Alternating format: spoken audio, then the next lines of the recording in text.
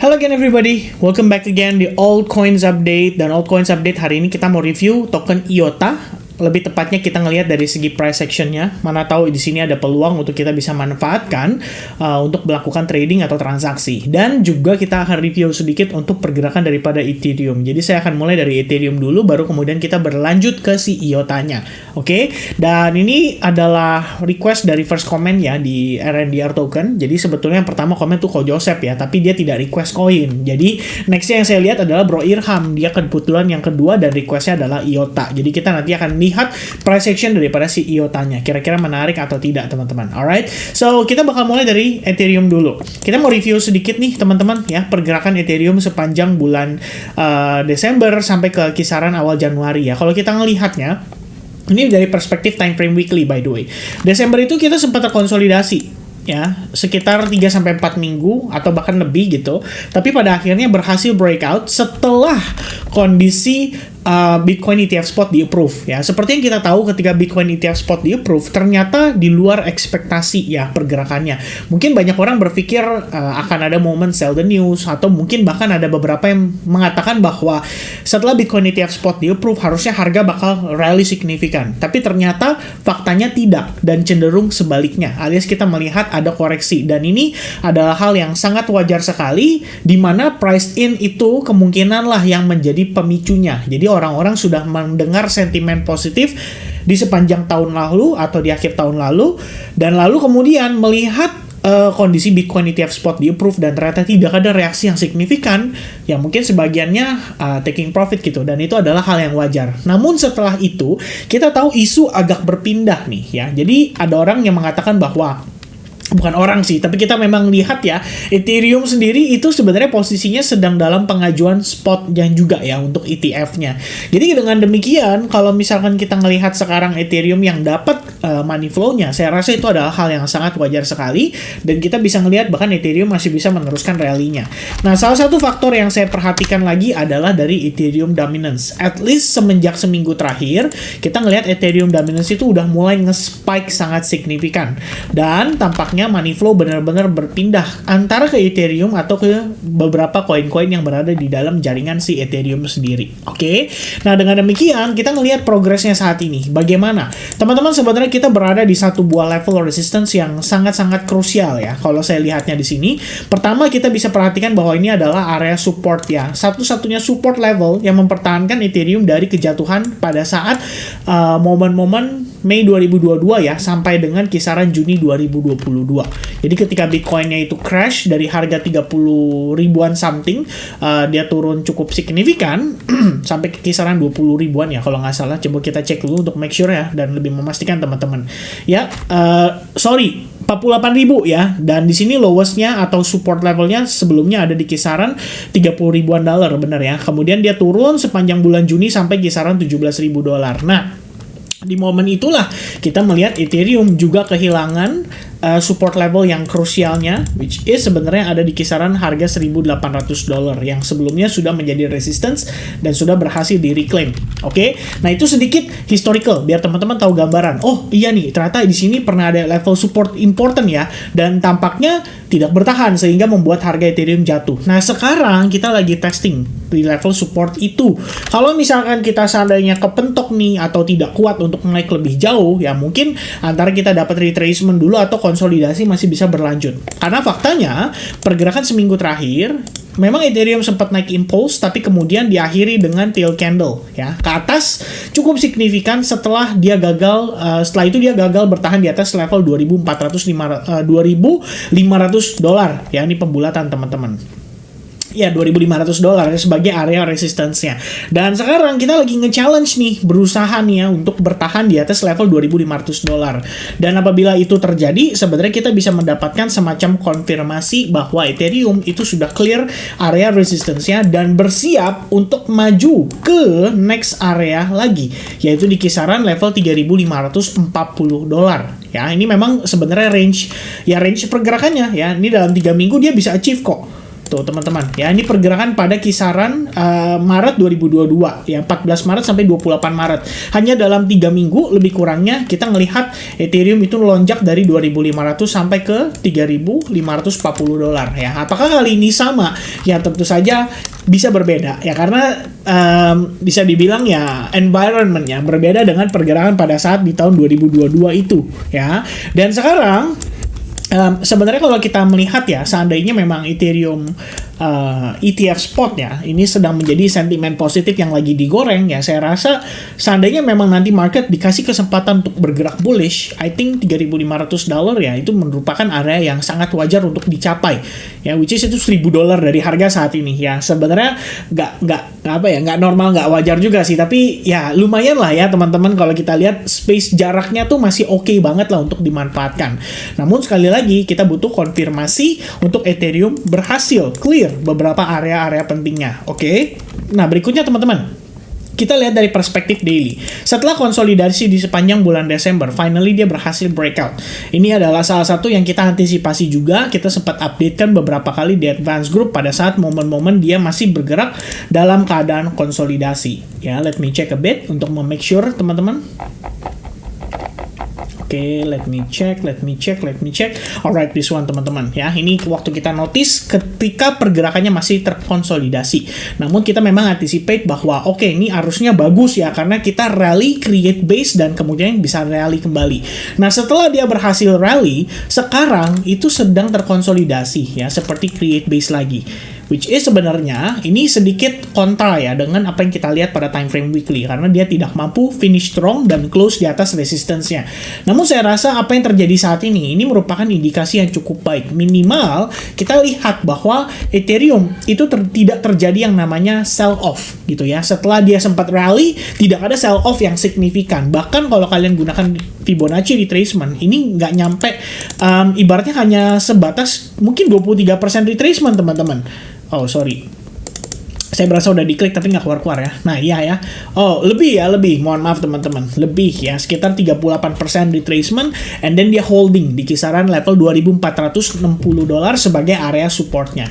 Nah, ini sebenarnya merupakan indikasi yang cukup baik ya. Tinggal PR-nya adalah kita perlu lihat adanya follow up yang ideal terjadi pada time frame kecilnya. Nah, kalau yang saya lihat saat ini, I think we can see another retracement ya, dengan kondisi dia mengalami rejection tepat pada Fibonacci Golden Ratio di 61.8% ya. Dan syaratnya adalah dia harus break nih terhadap area demand ini. Kalau misalkan dia berhasil break, ya saya rasa kita bisa dapat harga lebih murah lah di Ethereum. Minimal kita bisa retest terhadap previous high point yang ada di level 2.375 dolar. Jadi, kita ngelihat nanti dia ditarik dulu, retest dulu terhadap previous resistance, kemudian baru setelahnya mungkin ada possibility kita bisa ngelihat harga mulai dapat reaksi yang cenderung bullish kembali. Oke? Nah, itu gambaran yang saya bisa sampaikan berdasarkan perspektif yang saya lihat pada time frame hourly, daily, dan juga weekly. Jadi, untuk conclusion-nya sebenarnya di Ethereum saya melihat peluang untuk bullish-nya masih cukup signifikan.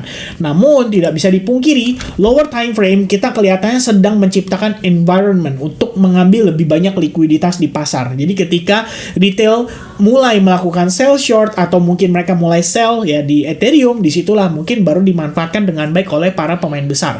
Dan salah satunya area yang memiliki likuiditas cukup penting ya menurut saya itu ada di range trendline ini. Jadi kita perlu makan trendline itu tersebut ya, baru kemudian mungkin either di situ liquidity sweep atau fake out, itu yang mungkin bisa jadi memberikan kita semacam sebuah signal ya bahwa Ethereum akan siap untuk kembali rally. Alright, so itu dia penjelasan saya seputar si Ethereum. Mudah-mudahan cukup clear everybody. Dan berikutnya kita berlanjut ke IOTA ya teman-teman. Ini adalah request dari si Bro Irham. So what I like about IOTA right now ya, ini kita coba untuk clear dulu all the analysis. Kita start dari weekly time frame seperti biasa ya, kita lihat bigger pictures-nya. IOTA sebelumnya itu turun cukup signifikan ya pada 2020. Oke, kita abaikan yang di sini teman-teman. Karena kita ngelihat pergerakan terbarunya dulu deh ya. Dan yang saya lihat teman-teman kita udah berhasil breakout terhadap trendline Ya, kita berhasil breakout terhadap falling wedge. Lalu harga mengalami rally cukup signifikan, namun dia tidak berhasil mereclaim area SNR ini. Nah, ini SNR yang saya pikir teman-teman perlu menaruh perhatian khusus ya, dan itu ada di kisaran level 0,35 dolar. Yaitu adalah resistance batas atas yang mungkin boleh diperhatikan. Nah, setelah si IOTA mengalami penguatan yang impulse, ini sebenarnya wajar kalau kita identifikasi ini sebagai bagian dari potensi untuk adanya dia reversal major. Ya, karena lagi-lagi kalau kita gunakan Elliott Wave Theory, itu ada impulsif dan ada corrective wave. Nah, probably saat ini kita berada di corrective wave-nya. Jadi asumsinya adalah si IOTA itu bisa mengalami koreksi terlebih dahulu. Ya, jadi antisipasinya adalah kita boleh lihat ya beberapa area yang mengandung likuiditas cukup banyak untuk dipertimbangkan. Pertama, kita punya fair value gap pada time frame daily atau imbalance ya. Kita bisa bilang dengan istilah imbalance juga.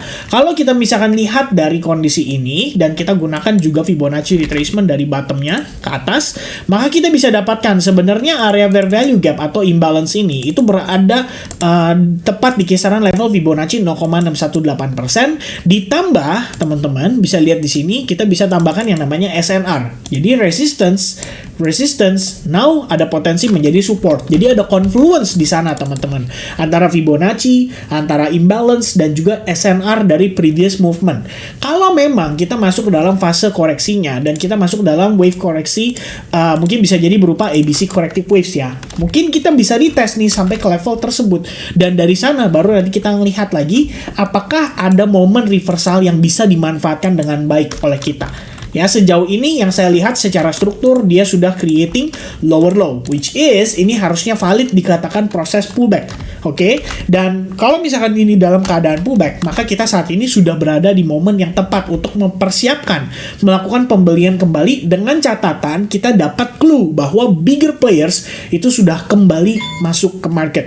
Alright, so ini dari time frame daily teman-teman bisa notice di kisaran level 0,2 dolar merupakan level key supportnya. Nah, berikutnya kita gunakan chart futures ya, karena saya pribadi mungkin akan lebih prefer untuk mencari opportunity ya dari perspektif untuk tradingnya. Nah, kalau teman-teman yang mungkin Anda invest ya silakan ya, tadi udah saya berikan level atau kuncian key level ya, kuncian ya, key level yang boleh kalian notice sebagai possibility area untuk kalian melakukan reakumulasi. Nah, berikutnya guys, we have a demand di sini. Ya, ini adalah demand atau area permintaannya. Kemudian di sini kita lihat juga ya fair value gap yang tergambarkan pada time frame daily. Meanwhile tadi dengan SNR ekspektasi bisa ketahan di kisaran 0,2050 lah ya kalau ini kita pembulatan. Nah, lebih kurangnya di sini teman-teman sekalian. Nah, saat ini kalau kita lihat mengacu pada time frame 4 jam, sempat ada potensi dia mulai kembali rebound ya, bullish. Minimal kalau teman-teman ngambil di momen ini ya sebenarnya kalian tetap bisa profit gitu ya. Karena kita lihatnya oke, dia membentuk falling wedge, kemudian dia breakout, kemudian ada proses retracement dan holding dengan baik di atas area demand, which is after this confirmation candle kalian bisa decide untuk entry maybe by long position dengan stop loss di bawah low point sebelumnya. Jadi ekspektasi bisa ngejar ke resistance terdekatnya dan juga resistance di atasnya. Tapi faktanya kita ngelihat harga mengalami retracement sedikit, mulai perlahan-lahan kembali naik, dan kemudian kita ngelihat dia konsolidasi cukup panjang ya. Dan before kalian mungkin sempat profit ya, kayak kalau kita lihat di sini ya sempat profit lah ya sekitar 1,7 R, tapi Indian dia balik lagi ke break even. Nah, ini tandanya sebetulnya dengan kondisi case seperti ini kurang begitu ideal untuk ditransaksikan. Yang saya bisa asumsikan adalah bahwa pergerakan ini keseluruhannya adalah konsolidasi, teman-teman. Ya, untuk pergerakan time frame kecilnya mungkin 1 jam atau 30 menit teman-teman bisa manfaatkan untuk scalping. Tapi kalau kita manfaatkan untuk swing dan kita expecting untuk si IOTA mengalami penguatan yang lebih impulse lagi, which is harusnya kita create higher high dong. Kan itu kalau kita melihat uptrend gitu ya, ada higher high, higher low, higher high gitu loh. Tapi ternyata tidak ada higher high. Yang kita lihat hanyalah harga bergerak konsolidasi di sebuah range, dan before kita ngelihat another correction, kita ngambil dulu likuiditas di atasnya. Jadi stop loss di hunting ya untuk yang melakukan sell short lebih early, dan ketika harga berhasil breakout, ya maybe some people think bahwa oke, ini adalah momennya nih untuk harga kembali meneruskan penguatannya. Jadi dia create base, dan kalau buat saya sih sebenarnya ya, udah create base kayak gini, no break no entry berarti ya teman-teman. Ya ini adalah satu buah quotes yang kita sempat mention ya di dalam live streaming, dan kalian suka gitu loh dengan quotes no break no entry. Nah ternyata tidak ada breakout, tidak ada follow up, dan harga malah terpullback. Ini jatuhnya mirip nih kayak Arbitrum. Waktu saya upload ke teman-teman di advance group ya, kita ngelihat bahwa Arbitrum ada possibility dia membentuk yang namanya either itu ascending triangle, atau kalian bisa notice ini sebagai inverted head and shoulders ya. Tapi in the end, no break no entry. Jadi kalian bisa terhindar nih dari kondisi yang seperti ini, karena biasanya untuk retail traders mereka tendensinya lebih prefer untuk sedikit berspekulasi. Jadi before dia ngelihat breakout, walaupun polanya udah ada, ya udah kita tetap sikat, tetap masuk. Ternyata no break no entry. Jadi alarm saya sendiri juga nih nggak bunyi nih. Si Arbitrum nggak pernah crossing dari level yang saya mau untuk ngelihat istilahnya, oh ini valid nih untuk dikatakan dia breakout gitu ya. Maka sebenarnya itu yang terjadi juga pada IOTA pada saat momen tersebut. Nah sekarang kita move on ke pergerakan saat ini teman-teman sekalian ya. Intinya kita ngelihat ada proses sell off yang kembali terjadi, sellers masih mendominasi market. Kemudian kita ngelihat di sini sebenarnya ada salah satu area demand ya, yang akan saya berikan marking di sini supaya teman-teman bisa tahu. Dan kalau kita lihat previous movement-nya ya, ini adalah level krusial dia, dan ini adalah low-nya. Jadi di sini adalah high point-nya. Oke, di sini adalah high point-nya, dan di sini adalah low point-nya. Nah, teman-teman sekalian, yang perlu dinotis adalah ketika harga mengalami penurunan cukup signifikan ini, dia create lower low, kemudian retest ya, ini adalah fake out. Atau kita bilang istilahnya dengan proses inducement. Jadi mengambil liquidity, orang berpikir dia siap untuk rally, ternyata pada saat proses retestnya, kalian lihat, there's no higher low. No higher low artinya no transition, ya, untuk dia create higher high. Yang ada, dia create lower low, kemudian sempat retracement, tapi no lower low. Jadi di sini ketahan. Nah, maka kita bisa asumsikan bahwa pergerakan ini tuh masih di dalam satu buah range ya, atau satu buah swing, dan dia hanya konsolidasi di tengah-tengah saja. Nah, dengan kondisi saat ini, pertimbangan saya adalah melihat dia terkonsolidasi panjang, mungkin market saat ini sedang berpikir, ini kita kira-kira mau olahnya kemana nih? Apakah kita mau bawa dia naik dulu, di fake out sekali lagi, atau dia dibawa turun dulu, fake outnya ke bawah, baru kemudian dia reverse gitu ya. Nah, kalau menurut saya sih, dengan kondisi di sini sudah terjadi yang namanya inducement atau fake out gitu ya. Ada proses liquidity sweep di sana. Idealnya harga dibawa turun dulu. Jadi yang di sweep berikutnya adalah di bawah. Baru kemudian setelah long buyers ya, atau kita bisa bilang ya orang-orang yang melakukan long activity dengan stop loss di bawah low terakhir, itu dimakan dulu dan mengubah bias secara keseluruhan untuk melakukan sell short. Disinilah baru kemudian ada reaction yang datang dari buyersnya serta dari bigger players yang melihat ini sebagai area discount atau area yang ideal untuk mereka start melakukan pembelian kembali. Oke, jadi sementara ini itu pertimbangan yang saya lihat ya, kita berada di dalam satu swing dan kecenderungannya adalah masih sellers, masih mendominasi pergerakan market secara keseluruhan. Alright, so I think itu dia penjelasan saya seputar IOTA dan juga Ethereum. Mudah-mudahan bisa untuk dipahami oleh teman-teman sekalian. Thank you so much yang udah nonton video ini sampai finish. Don't forget to leave comment ya di first comment di dalam video ini akan saya jadikan sebagai altcoins update untuk berikutnya. So God bless to you all. I'll see you guys again in the next update for Bitcoin. Cheers and God bless guys. Bye bye.